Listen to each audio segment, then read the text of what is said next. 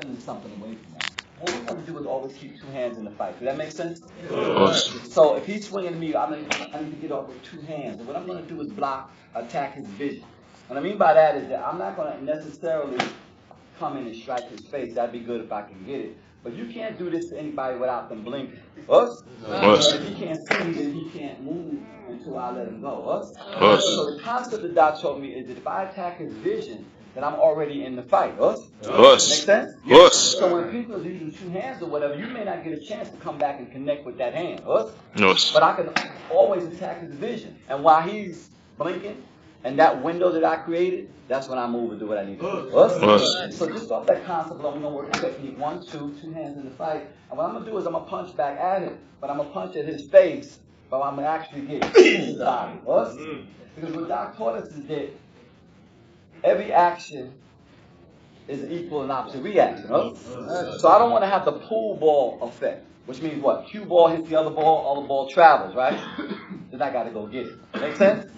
So the harder I hit him, the harder he travels, the harder I got to go get him.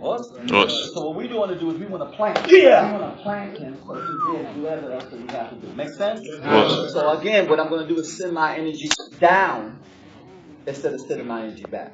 Yes. So a person, when the attacker's coming, I'm going to get off, attack his vision. So while he's looking away, I didn't even touch him. Attack his vision, and I'm going to come down. When I do this, his eyes is going to look, lean back. He gave me what I call a heart attack. Yes.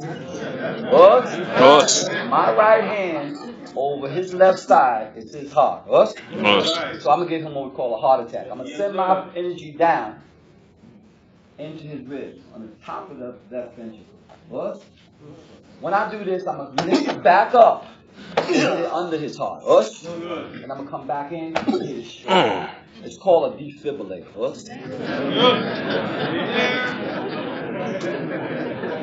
Y'all know what that is, right? That's that thing they plug you in. Clear, right? Yeah. That's what you want to do. You want to set that thing up. So any good boxer knows what? Body, head, right? Yeah. What? Yes. All right, so what happens sometimes, we get kind of confused, and what we start doing, we start heading for his head, because why? He was hunting fouls. But any good boxer knows body, head, body sets up, the head. So I want to come in, I don't want my strike to always be up here, because that gives me the cue ball effect. Send him out to fight, I got to go find him. So if I come in just off the movement, 1, 2, when I'm blinding him, he doesn't see this happen. 2, 3, 4, 5. So my concept that my teacher taught me is a 2 for 1. What's 2 for 1? My hand is already in the fight when I hit him here. I'm going to come up, clear him, 2. That was slow motion. What I'm going to do is ride on his natural ability. What's his natural ability? Breathing. Who in here don't breathe? And the more I hit you, the more I'm going to interrupt that pattern of breathing. So I'm going to use his breathing as my cadence when I hit him. And I'm going to come down right here. When he fell, because he died, I'm going to be in here. I'm going to come down, and I'm going to come down on his knee. Because there's a nerve right here at the joint of the knee. So when I drop down here, I'm going to get that head to pop up. And that's when I'm going to come down. Oh, God. So I'm going to use my value of nerve center and pressure points to work. Yes. Please stay with me here because I don't want to hit just like that. I'm going to drive this back up. And what I'm going to do now is I'm going to come in and control the one thing you can't control. They call it whiplash. Right? Whiplash. Get paid for this if you're having the car, right? So what I'm going to cause, I'm going to cause whiplash. And I'm going to come up and get this floating bridge here.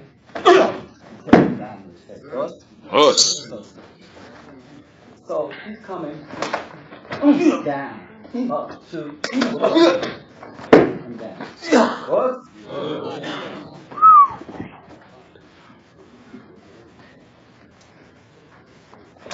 Am I still using my pyramid step? Yes. About entries and exits.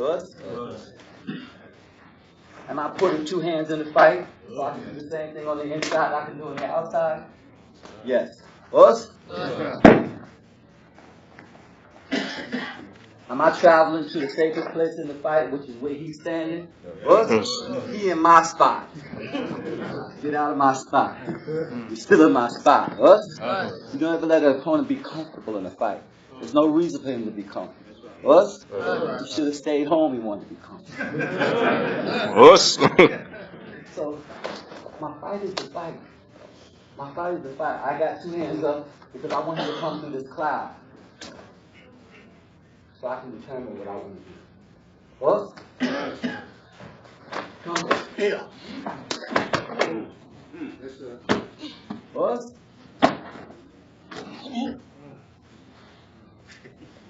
Because the solar plex is the solar plex, ain't it? Did I tell him to go down on his knee, us? So I want to always find my vitals when I'm fighting, us? So my technique nice and slow is off my line. I want to get my sway on. I want to learn to pivot. I want to learn to pivot. So even I don't have that.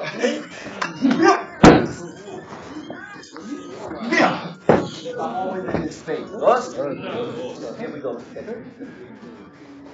Off my line. Vision. Down. Up. Cut.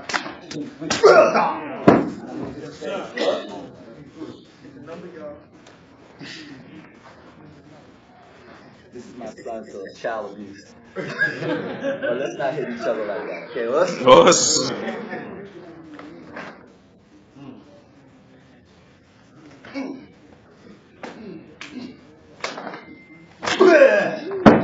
Why did I step here? Why did I step here? Because there's no foundation here when I hit. If I hit him here in the front, I ground him.